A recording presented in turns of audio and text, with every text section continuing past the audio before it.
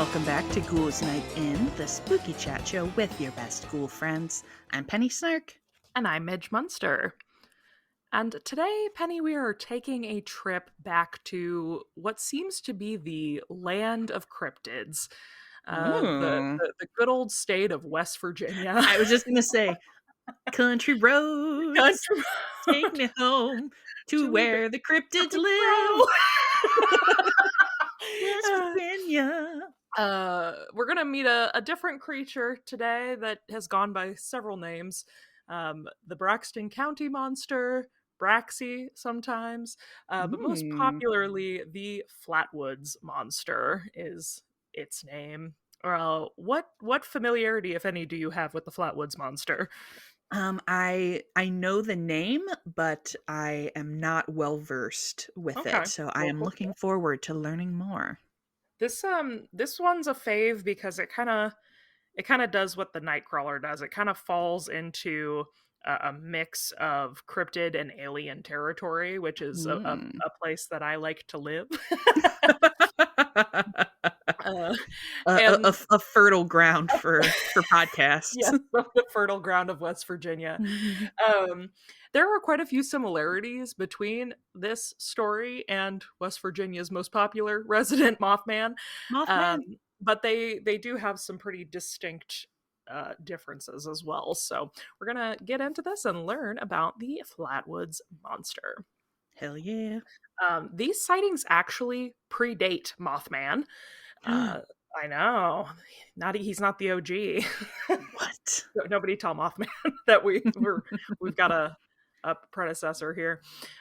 So in September of 1952, specifically September 12th, this is real, by the way. Fred and Ed May, brothers, good old Freddie and Eddie, aged 12 and 13, respectively, were playing at a school playground at dusk with another friend, Tommy Heyer, who was 10 years old, when they saw what looked like a fireball shooting across the sky and crash landing in a nearby field at a farm.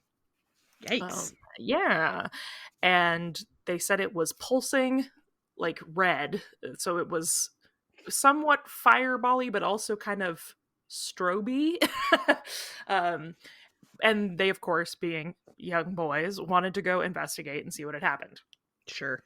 But you know what? I got to give them credit where it's due. They first went home and got their mom, which I think... Oh, good boys. That's smart, boys. Good job. I thought I was like, yeah, poke it with a stick. Like, right. Check it out. So they run home, they grab their mother, Kathleen May, and then several other locals gather around to join them as well, including a National Guardsman by the name of Gene Lemon, and also a family dog named Richie. Richie the dog, very important character in the story. But altogether, a group of 7, including Richie the dog, went to investigate this crash site up on the Fisher farm on the hill. And when they arrived, they said that there was a dense mist hanging over everything, and it had this strange kind of sulfuric smell, but not quite. They didn't recognize the smell of it. And it just seemed to be kind of lingering in this area around the object that had landed. Now, some reports say that the dog, Richie, ran ahead of them, barking at the egg-shaped object that was crashed into the ground, and then came back howling with his tail between his legs and was super freaked out. Gene Lemon, the National Guardsman, started kind of investigating the scene. By the time they reached the top of the hill, like I said, it was dusk when the boys were playing. They went back, collected people, and then walked presumably a few miles up to the farm. So it's dark. Okay. And they are investigating with flashlights. And Gene turns a flashlight and sees what looks to be a pair of glowing eyes. And he falls backwards, drops the flashlight, freaks out. Fair. Um, but he would later describe what he saw as being a 10-foot tall Frankenstein-like monster. That was the phrase that kept Mm. getting used over and over again in like newspaper articles, Mhm. which I think is funny because let's get into the rest of the description. Like, y'all know what Frankenstein looks like? Um, with a dark black or green metal-like dress Okay. levitating in the air with a spade-shaped head and a red body and face with porthole-like eyes that were glowing orange and twisted claw-like hands. Yeah, I'm not seeing the resemblance to They Frankenstein's monster. all in green, I think, was maybe where that was coming Yes, but from. didn't they say it was red skin? Red skin, yeah. So just like I saw that there was green there, and I thought Right, about Frankenstein. yeah. Um, but also what I love about this, so the spade-shaped head, and we'll get more into this later, now in renderings of the Flatwoods monster tends to be um shown as more of like a cowl or a hood, Mhm. and there's a reason for this. But honestly, she sounds so high fashion. This is like this is Jean-Paul Gaultier at Paris Fashion Week. She's Oh, got yeah, showing the a couture spring couture metallic show. yes, she has a metallic gown levitating in the air with a giant like villain cowl. It's That does sound pretty serving. glam. Yeah, she's glam. Uh but anyway, Monster supposedly then lurched forward, like swooped and hissed at them, and they all Mm. ran away screaming. Apparently, one of the, some of the reports said that one of the boys like peed himself. He was so scared. So they were definitely terrified by it. Um, Yeah, People who fair. took their statements said that they don't think that people could have like feigned that level of fear. They didn't seem to be like, telling tales Yeah. like, "Ooh, we saw something." Yeah, they Um, were legitimately scared of they were something. like traumatized by something. What is really interesting to me about this particular cryptid sighting is how many people were involved. Because usually, we have like one person sees something, maybe two people, um, and then there's like not a ton of like corroboration between Mhm. stories. This was interesting because of the five people who gave statements to police officers, they asked them to like draw what they saw. And Mhm. if you put the drawings next to each other, they're identical almost.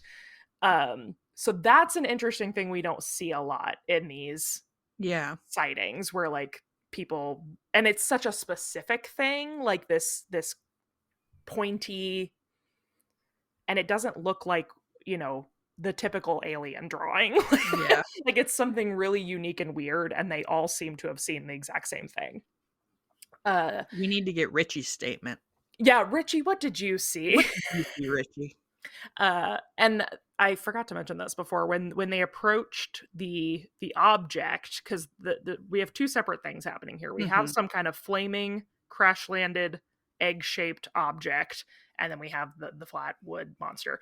So the object also was supposedly like hissing and making weird Mhm. sounds. Um, and they give statements to law enforcement. The police and Air Force presence were sent out to look at the site, but they didn't find anything at all. And so they dismiss it as a group hysteria situation. Mhm. And then they further their point because the witnesses, over the next several days, several of them suffered from throat irritation, vomiting, nausea, like extreme illness that was persistent for several days after the sighting. And the law enforcement and everyone are like, well, they've experienced like massive like group hysteria, and so Mhm. they're suffering from symptoms of hysteria. Uh, it's also to me though worth noting that these are also like exposure to mustard gas symptoms. Like, Yeah. and they smelled like a really weird smell that like was sulfur but wasn't sulfur. Yeah. This is so X-Files coded to me, this Yeah. entire thing, because it's like, oh, it's interesting that you found it important to get immediate military presence on site, but then Yeah. you were like, oh, nope, there's nothing. Guess Shh. it's fine. Didn't find anything at all. Mhm. Like, that sounds like something who somebody found something would say. That was a bad sentence. But they might have been able to get away with it too if it weren't for these meddling kids. If it hadn't been for other sightings in the same area, they might have this story might have just fallen by the wayside. Mhm. But just before the Flatwoods sighting, a woman named Audra Harper had a similar experience in Heaters, West Virginia, which is just 5 miles north of Flatwood, on the same night. Ooh. Compelling, right? Yeah. So Harper claimed that she and her friend were taking a shortcut through the woods to go to the store, and they were about half a mile into their trip when they noticed a ball of fire on a hillside Blech. as they were passing. And this was one thing I didn't understand. In her statement, she said she initially dismissed it, thinking that her neighbors were fox chasing. And my Mm. understanding of like fox chasing or fox hunting, that's like with the dogs, right? And you're like on horseback, Hey, I mean, that's right? how it is in England. I don't know if West Virginia has a different I'm like, version. what fire is involved? I even like looked up. I was like, is Yeah. fire involved in fox hunting? No, not that I could find. So I Hmm. don't know what she Yeah. thought I she do not was know. seeing, but whatever. Or maybe she thought somebody was like camping out and they had a fire Yeah, or going. if it was like a lantern or something, I don't know. Oh yeah, maybe. Maybe But a she just was ball like, of "Oh, I see fire. lights." Yeah. Yeah, yeah, maybe just saw light. Anyway, she said she saw this ball of fire on the hill, and then she glanced back and it was gone. And in its place, there was a silhouette of a tall, man shaped figure with a spade shaped head. Same night, this is 1952. Nobody's like tweeting about what they saw. Yeah. This is interesting to me. Mhm. It's compelling because that's such a freaking specific thing. Yeah, it sounds very similar. Um, so of course, again, terrified, she and her friend like run out of the woods. They don't get like a good look at it. They just see it and take off. But wait, Ugh. there's more.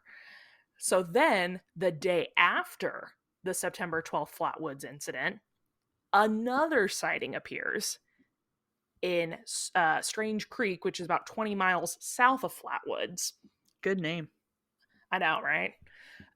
So in this instance, reportedly a couple, and I kind of find this interesting too because it's sort of taking the same path as the Mothman sightings in the Yeah. sense of like this couple is in a car, which if you Oh, yeah. remember in That is where Mothman, you see Mothman. well, the first guy like saw it outside his Mhm. house, and then like a few days later, someone saw it when they were driving in their car in a back road, like a group of couples, like. So I was like, oh, that's kind of interesting. Anyway, Jordan Edith Snitowski and their 18-month-old son are driving on a back rural road between Clay and Braxton County on Route 4, and their car just dies all of a sudden. Mm. And the Mr. Snitowski is trying to like restart the car. It's not coming back on. It was late, and so they're kind of trying to figure out what their game plan is. And as they're sitting in the car discussing, really like foul sulfuric smell Mm. fills the air around them. This mist gathers and their baby starts crying. And they reported that a bright light filled the car and they see a 10-foot tall creature hovering in front of their car with glowing eyes. Um, the description is mostly similar, but they said that the creature had a lizard like head, like Mm. kind of like a bony. I'm picturing like the I don't know what she is, like the ambassador or whatever from Lilo and Stitch, Oh, yeah. Yeah, like that's what I'm picturing. This kind of like Sure. bony lizard reptilian like head.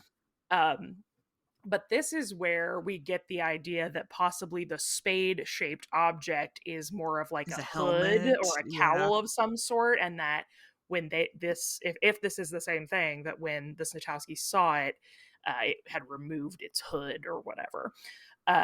But it's hovering in front of their car. They say it reaches out this long, twisty claw hand, runs it along the hood of their car, and then disappears into, like, floats off into the woods. And as Spooky. soon as it disappears, their car kicks back on. Hmm. And again, of course, they don't go after it or anything. They just No. speed away.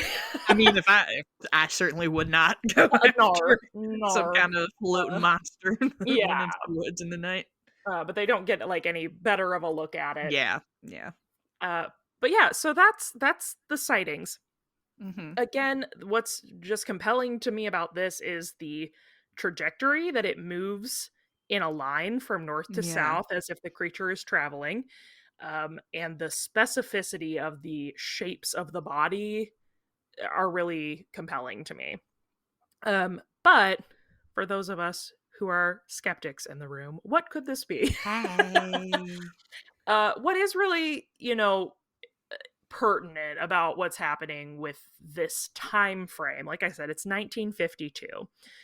We're in Cold War America. Yeah. Everyone is very afraid and very like high tensions are high. Mhm. We're afraid of bombings. There's a lot of because of the nature of the war happening. This is when sci-fi films are really coming to be like a big deal because people are kind of like escaping to the stars in the in the media, um and almost this creation of a different enemy, if that makes sense. Like we're Yeah, for creating sure. this Mhm. battle outside of our war with alien kind, to kind of relieve, I think, some of the anxieties that people are feeling.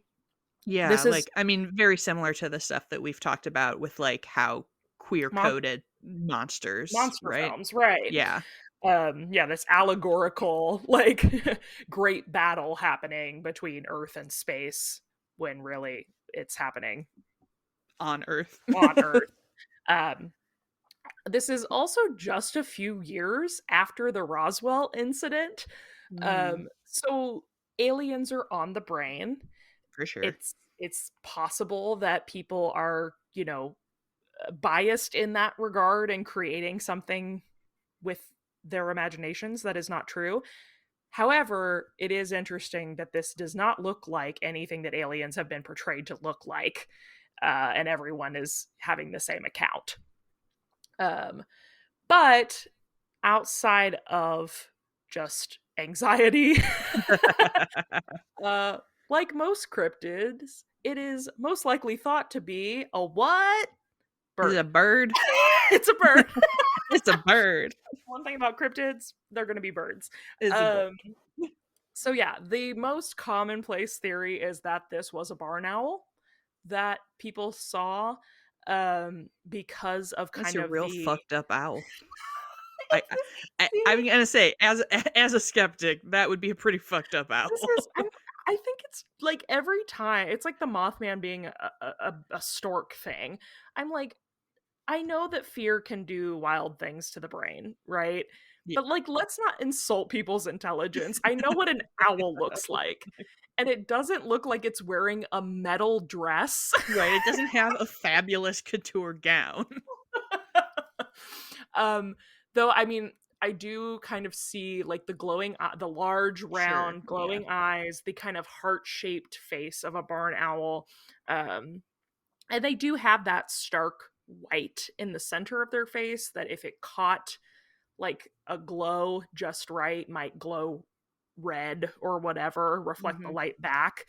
Um, but basically the insinuation is that the owl was sitting in a tree, therefore it looked like the head was up 10 feet and very tall, and that maybe like foliage or something cascading down from the branch looked like the body, and Mhm. then the claws are like branches. Well, and owls have big like talony They do, yeah. talons.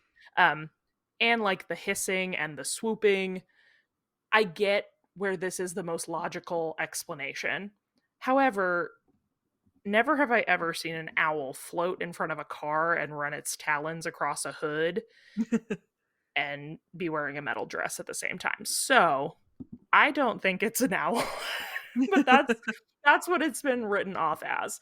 Um, I personally think this is maybe one of the most interesting like times that like maybe we did see extraterrestrial life, um just because it is so specific. Now it has not been seen again since 1952. These sightings all happened within a few days of each other, and then it's never been seen again. However, it did have a huge impact on this rural town area Mhm. of Flatwoods. They the Now interestingly, much like the Fresno Nightcrawler guy, Kathleen May and her sons really didn't want anything to do with this, which is Yeah. another reason that I'm like, they have no reason to make this up. They didn't like capitalize on it in any way. The people who have capitalized on it were not people who were involved in the Yeah. sightings. So that is interesting. Kathleen May has passed away, but her sons are Ed and Fred are still living, and they won't like take interviews about it or Yeah. anything. Which also just could be like, ugh, exhaustion. We've talked about Yeah. this a thousand times, I'm but so this monster. I'm so over this monster. But it's interesting that it did seem to be an unpleasant experience for them in Yeah. enough that they don't really want to talk about it. Um, which See, I don't know if this is do you have other theory things that you're gonna talk No, about? get into it. That's the 'Cause that's the main one. Everyone thinks it's an owl. see, because the first thing that comes to mind the first thing that comes to mind for me with, like, the military showing up Mm, immediately and, like, weird smells is that, like, maybe they were people were testing something. gassed and maybe they Mhm. saw an owl, but, like, were tripping balls because of some weird military, like, some kind of, like, gas weapon thing and that you were like, Yeah. "Whoa." I So do that was what definitely came think to mind for me, but I am always someone who is more like in the true X-Files way, I'm always someone more likely to be like, "The government is probably hiding something." hiding something, and I definitely think that could be, the case for sure. The interesting though there then is, like, because all 3 of these instances, they smelled the gas, so yeah, like, that makes sense. They smelled some kinda smell that was really bad, um, but then for them to all hallucinate the same thing is Yeah, I mean, very if weird. I was writing an X-Files well, see, we don't need to talk we're gonna do an episode about the Yeah, X-Files at we some will. point, I'm sure, so I won't get into it.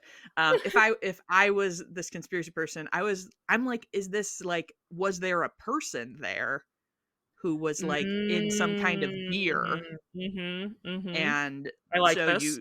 you saw like some so I because I'm like, oh, if you're experimenting with a gas weapon, you would have someone who was in like a Some kind of biohazard PPE of some type of sort, yeah, some yeah. kind of 1950s PPE. And so you saw like maybe it was like that kind of like silhouette and stuff that people saw and were like, what? But I mean, I recognize that this is also a weird It's conspiracy thing, but it's like those, that Mary-Kate and Ashley movie where they were she was yes, in the beekeeper costume. exactly. Yes. Yes, it is It's exactly that. it's exactly Even, like, those down to the monsters smoke, just down to like the, Mary like, the Kate bee and Ashley. smoke. Yeah. Uh, yeah. No, I like that theory, that's interesting.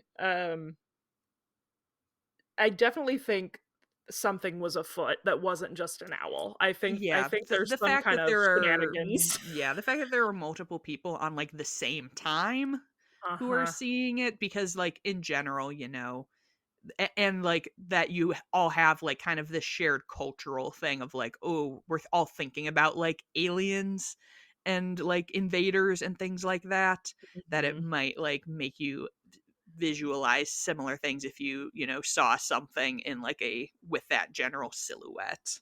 And with So, it I never don't know. being, like, seen again, Yeah. that feels very like the government being Right, that like, the "Ooh, military we was got like, "Ah, caught, shit, people picked up we'll on notice." this. Abort, Right. abort."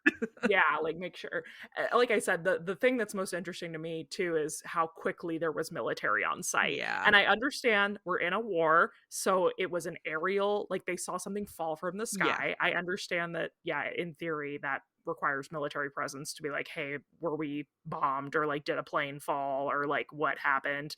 Um, but that is also suspicious. It's a little That is suspicious. suspicious. Uh I don't know. I love this story because I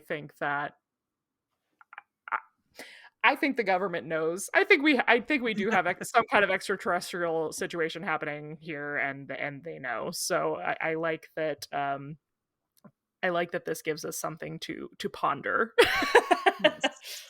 Definitely There a is mysterious occurrence. Yeah. If you're just a fan of good old lore and cryptids, like some people, I won't say who, it's me. There is now a museum dedicated to the Flatwoods monster in Hey. Sutton, West Virginia, which is just outside of Flatwoods. There has been a great deal of capitalization on this on this Sure. creature. And you know what? More power to you. If something weird happens in your town and you live in a very small rural area that needs tourism to Sure. thrive, go for it. Um, but I would love to. I looked up kind of some photos and things of this museum. It looks very silly goofy, um, and I that makes me want to attend it all the more.